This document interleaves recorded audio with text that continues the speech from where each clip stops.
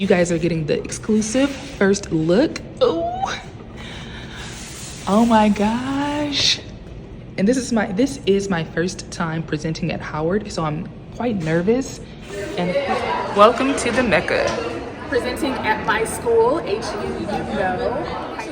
Oh yes, please. Joyanne Reed.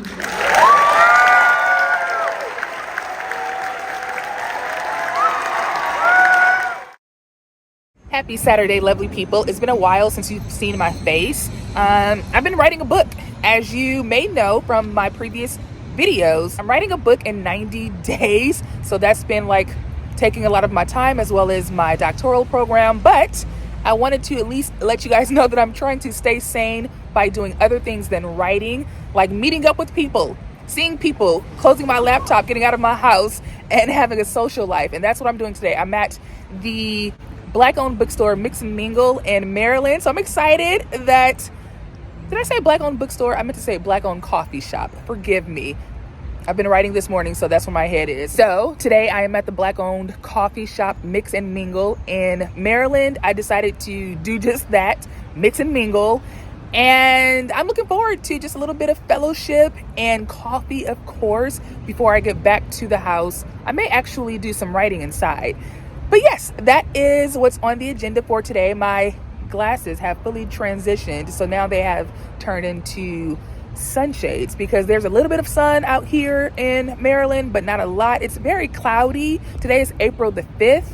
If you're in the US, you know what today is. So I feel like the weather is cloudy because of what's going on in the DMV area or in DC proper, in Washington, DC. Anyway, I am here in Maryland, not DC. And yes, I am excited to breathe, take a break from writing. That's a part of my writing strategy, is to take a break, refresh my mind, and then get back to it when I have a little bit of encounter or a little bit of an encounter with another human being. So happy Saturday. Ooh, this is kind of giving like, oh, it's a coffee lounge, not just a coffee shop. Okay. Give it a quick pan, but I don't want to get people's faces, but it's nice inside. Okay, this is like an actual restaurant lounge, not just a coffee shop. I have a menu. Fish and grits is looking good. Avocado smash. Guys, and we have vendors over there. This is nice. You can kind of see my heart. It faded a little bit, but this looks great.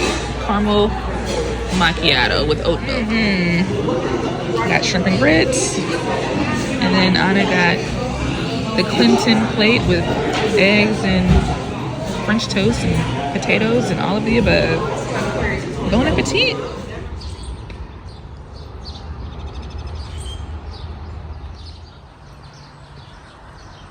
So I'm at Cafe du Soleil, I believe is how you pronounce it. And I actually want something sweet. So I'm gonna get some crepes and chill and do some writing. I love this coffee shop because when you walk in, the coffee shop is on the left, but then on the right is like a wine club or a winery or something like that.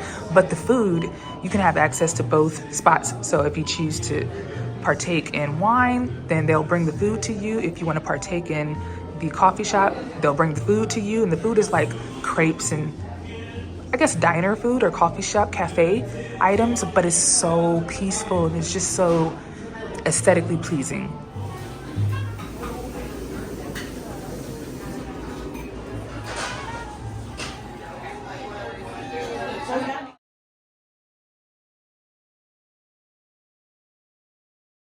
I gotta tell you guys, I feel refreshed. The fresh air and just being outside, being amongst other people has been very helpful for today. I kind of like how I look in this sunlight too, so I'm gonna keep recording. And while I'm here, let me encourage those who are writing today or just writing in general. Maybe you have a book goal of writing a book in 90 days like me.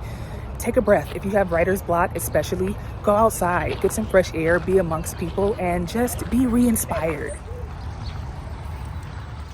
Happy Thursday, lovely people. It is a beautiful day in DC. And as you can tell, I am back into school mode because the semester is almost over. So I'm not taking a break from writing, but I'm just prioritizing school now, but it is day 30 of my Write a Book in 90 Days book challenge. So cheers to me for that, and cheers to you if you've been writing along with me. We are 1 month down.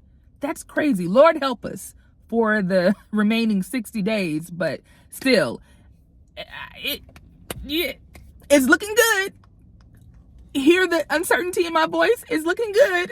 But in all seriousness, I am at the service center, Howard's Service Center, because I'm heading to campus. I have on my Bison shirt. I'm always in Bison gear, but it is research week, and I am going to support the researchers who are presenting at the symposium because, one, that's just what I want to do. That's a great thing to do, especially as a researcher. And then two, I am presenting tomorrow, so I'm at the service center to pick up my poster. So yes, year 3 is not slowing down, which is all good. If you don't know, I'm a 3rd year full-time doctoral student at Howard University, HU. And each year I tackle like a new feat, or I explore new parts of my academic journey. Last year, I was presenting a lot at conferences and traveling for conferences. This year, I am still presenting my research, but I'm at home. So let me stop talking and put on my vest because I still want to look like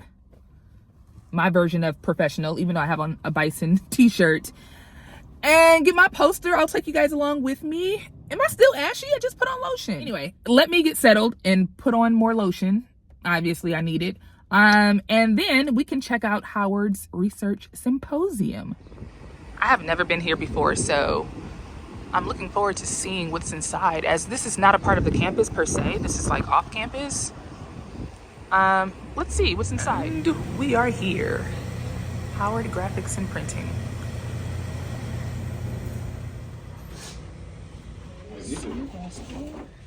Okay, got it. Woo-hoo. Okay guys, I had to see what it looks like. You guys are getting the exclusive first look. Oh my gosh. And this is my first time presenting at Howard, so I'm quite nervous.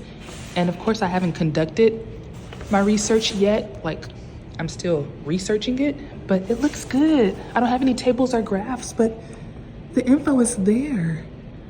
Oh my gosh, guys. For those who don't know, this is a part of my dissertation, High School ELA Teachers' Preparedness and its Impact on Black Students' Writing Literacy. Whoa. The life of a doctoral student. So I am on campus now. I'm actually heading to, what's the name of the place called? Negril, the Jamaican eatery. All the people who went to Howard or go to Howard, we all know Negril, but they're supposed to be moving soon, so I want to get more food while they are in the area, even though I don't think they're moving far. I'm trying not to get people's license plates. That's why I'm pointing the camera this way, because if I point this way, you'll see the cars. But anyway, let me just actually turn the camera off and show you. HU. If you're walking up, what is this, Georgia Avenue? Negril is right across from McDonald's. On your right, it is some of the best Caribbean food, Jamaican food specifically. I am so sorry, y'all. I had every intention to show you my food before I demolished it, but I got the shrimp roti, and you can get it separate, like all of the ingredients separate, but as you can see, I got it wrapped. But I'm still eating with a fork because I'm eating inside of my car. Ooh, I'm sorry again. I started to dig into the plantains and I was like, I didn't even show y'all. I'm hungry, obviously, but Negril, if you are in Washington, D.C. and you want good Caribbean food, good Jamaican food, go to Negril. I don't know where it's going to be at the time of watching this video, at the time you're watching this video, because at the time that I'm recording it, what is this, April the 24th, 2025, Negril is right on Georgia Ave by Howard. It may be a little further down in the future. I don't know, but find it. Wherever it is, find it. And you thank me later.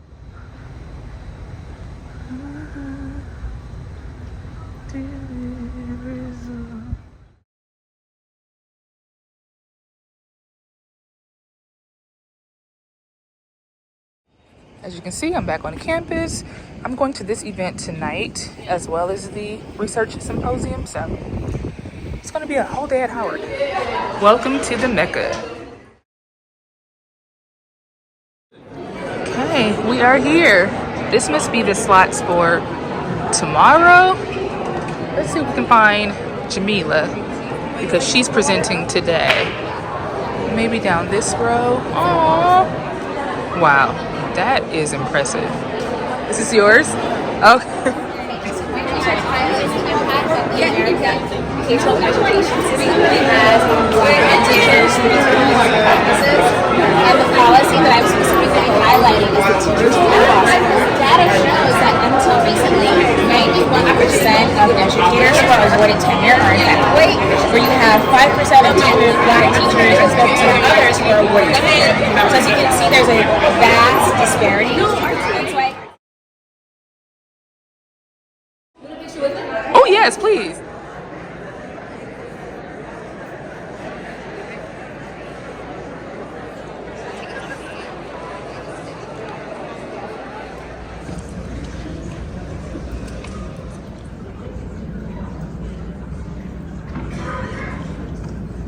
Under fire, guarding against threats to our democracy.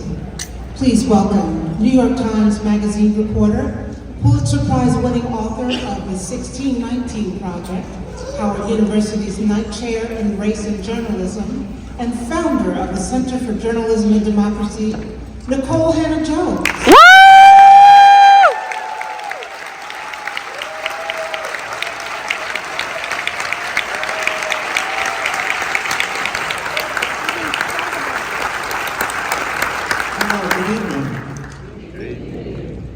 Okay, you can say it back. Good evening. Thank you. On behalf of the small but mighty staff, we welcome you all to the Mecca. In journalism, the firewall of democracy is failing on many fronts.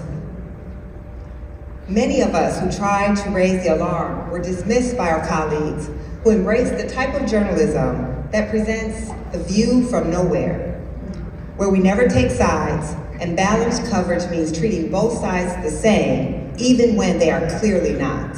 Journalism, you see, is the only profession protected in the Constitution, because our founders, as deeply flawed as they were, understood that a government of the people and by the people necessitated a free press to inform the citizens and hold power accountable, or else we could quickly fall into tyranny. I can tell by looking at the audience that this may be many of your first time on this beautiful campus. I'm assuming I'm correct. Hopefully, it will not be your last, because this university was founded in 1867, at a time when this nation was taking its first baby steps towards multiracial democracy.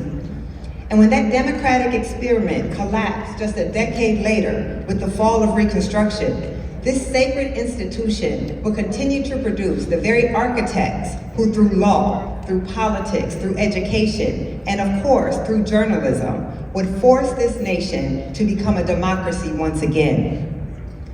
Some of this nation's most brilliant and ardent freedom fighters strategized the resistance to American-grown fascism right here on this campus. Some of the most important conversations in plan making and organizing happened right here at this institution. This, after all, is the home of Zora Neale Hurston and Thurgood Marshall. Yes. Of Charles Hamilton Houston and Pauli Murray and E. Franklin Frazier.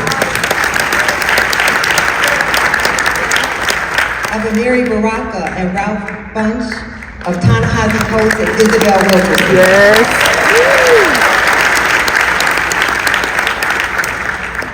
So in gathering here tonight together, we are reminded that like the free press, the necessity of the Black experience has always been to defend democracy, even if that democracy has rarely stood up for us.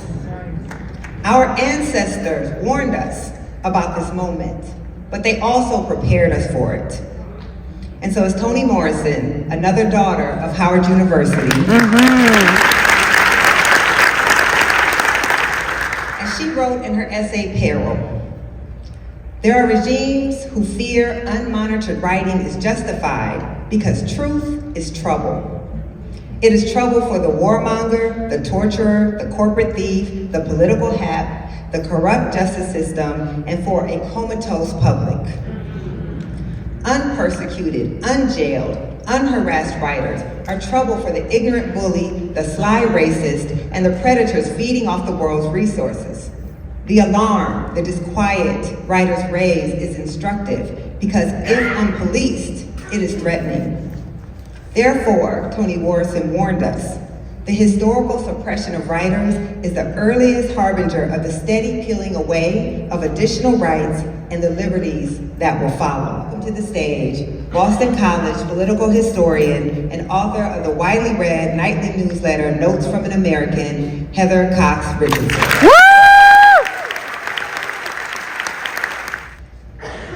Good evening. Thank you so much. If not in the country's history. So one, is that true? And are we in an unprecedented moment in American history? And how would you describe what's happening in our country right now? Ladies and gentlemen, please welcome our guest for this important conversation, former Los Angeles Times editorial editor, Mariel Garza.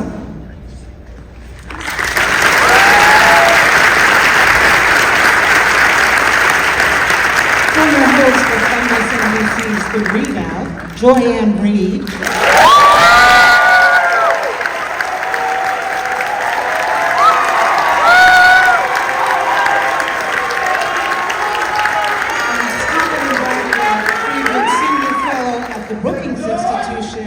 Robert Kagan.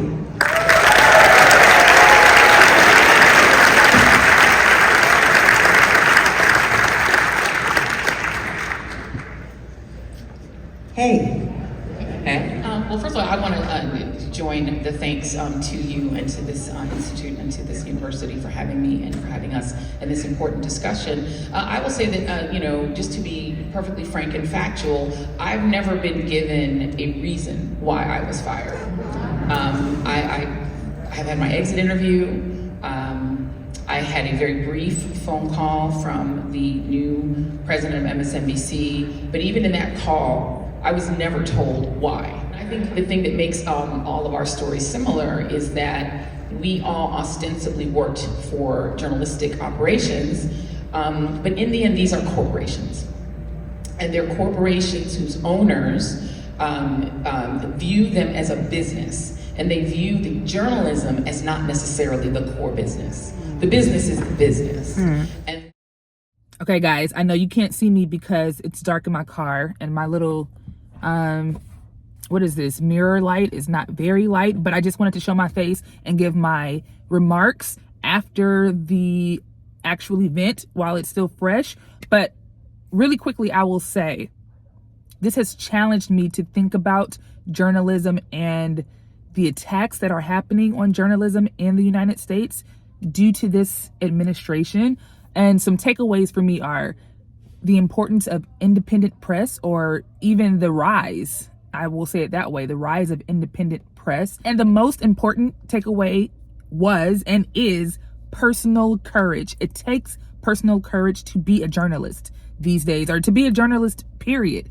And that's not only needed, personal courage is not only needed in this industry, but it's also needed in politics and education and all of the industries that are represented in a community, a society, a nation. So yes, personal courage. Like, I want to encourage all of us to continue in personal courage as we progress in our, our careers and our academic journeys, etc. And it's highly speaking to me because I'm in this middle place in my life where I am still a current student. I haven't earned my degree yet, so I'm not a doctor of education just yet. So it's like I don't have the authority just yet to walk in certain rooms because I don't have those letters behind my name. But I also have the experience, just not the the seal of the deal, you know? So for me, that personal courage piece, it really speaks to me because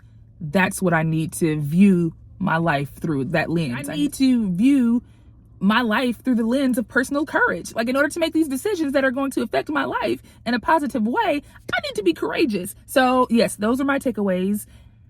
And I'm going to sit with that, go home, work on my research because I am presenting tomorrow, but I also have to do some 9 to 5 things and write a little bit. So I have a full day ahead of me tomorrow as well.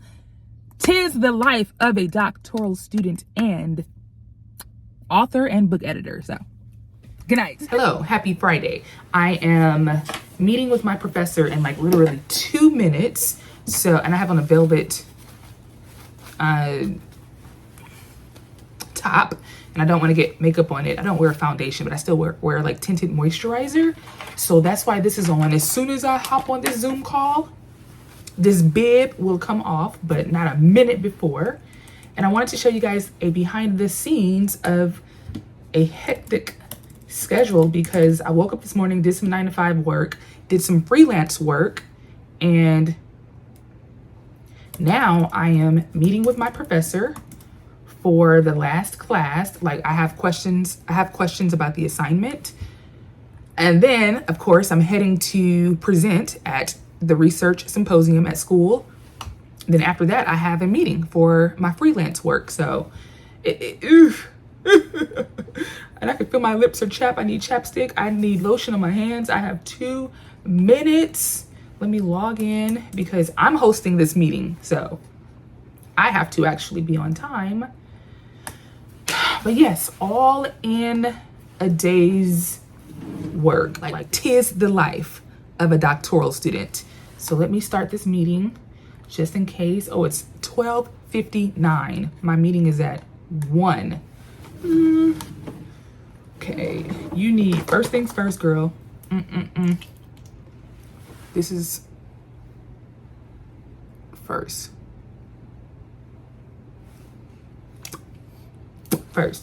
And I apologize for talking to you guys without lip gloss on. That's my fault. Okay. Oh, wow. Gotta go. Progression moving forward. It is. I'm actually, and today will be a short meeting because I'm actually presenting today at the Howard Research Symposium. So that's exciting. Oh, fantastic. Wow. Yes. I'm like, okay. On campus? I'll be on campus and Is your presentation qualitative or is it quantitative? qualitative. So you wouldn't have hypothesis in a qualitative research study. Ah! It was exploratory. Well, I think you can phrase it as such, saying this is what I aim to do. Oh, Right? gotcha. Here's where I'm at, right? You know, I've done this review. Here are my research questions. Here's my epistemological perspective. Ideally, I like Picking up my tags. Yes, thank you.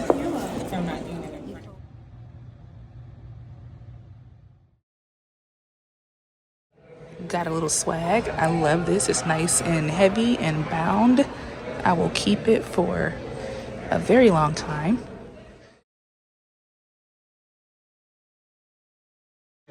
Okay, we are now live. I am booth 103.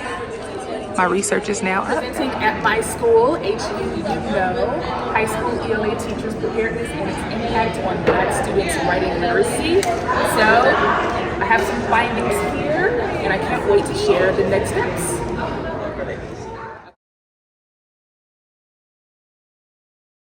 All right, guys, as you can see, everybody is gone. The symposium is over for today. I got some good feedback. It went well, and that's it. I gotta go home and do some more 9 to 5 work. I am closing out this vlog. I will catch you in the next vlog. 'Tis the life of a doctoral student and soon to be 11-time book author. All right, guys, subscribe if you liked this video because there will be more vlogs like this coming your way, and I will catch you in the next video.